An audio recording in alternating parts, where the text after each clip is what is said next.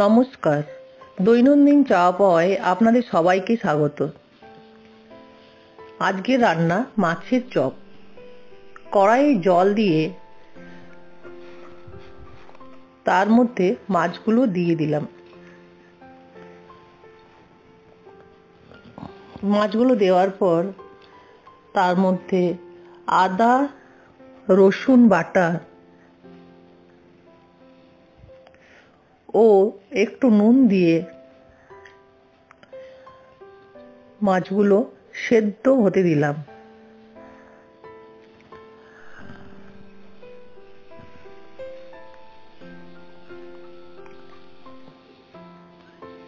সেদ্ধ হয়ে যাওয়ার পর মাছগুলো কড়াই থেকে তুলে নিলাম। তারপর এক একটা মাছের যত কাটা ছিল সব বের করে নিয়েছি। তারপর কড়াইয়ে আবার একটু তেল দিয়ে তার মধ্যে পেঁয়াজ কুচো ও আদা রসুন কুচো দিয়ে দিলাম। দেওয়ার পরে ভালো করে নাড়াচাড়া করে কিছুক্ষণ ভেজে নিলাম।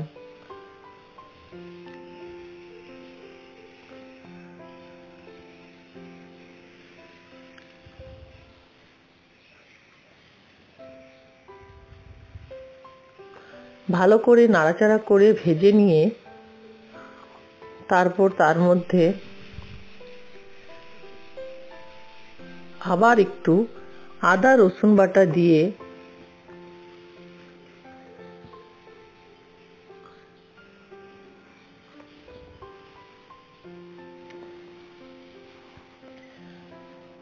ভালো করে নাড়াচাড়া করে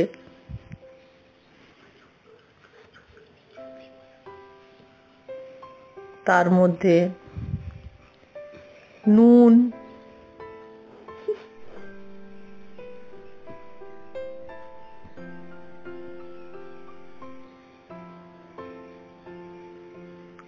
কাশ্মীরি লঙ্কার গুঁড়ো ও ভাজা জিরে গুঁড়ো ও ধনে গুঁড়ো দিয়ে ভালো করে নাড়াচাড়া করে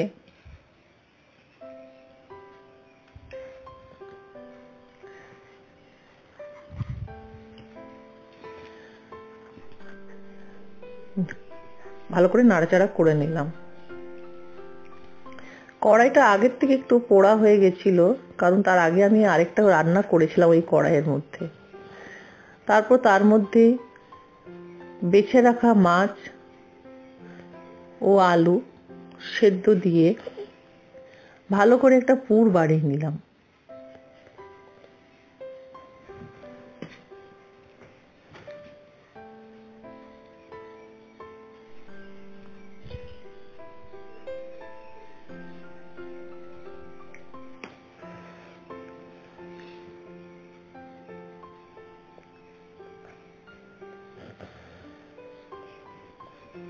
পুরের মধ্যে আমি একটু ধনেপাতাও দিয়েছিলাম ও আরেকটু তেল অ্যাড করলাম। মনে হচ্ছিল যেন তেলটা একটু কম লাগছে। তারপর ভালো করে নাড়াচাড়া করে কষে পুরটা তুলে নিলাম।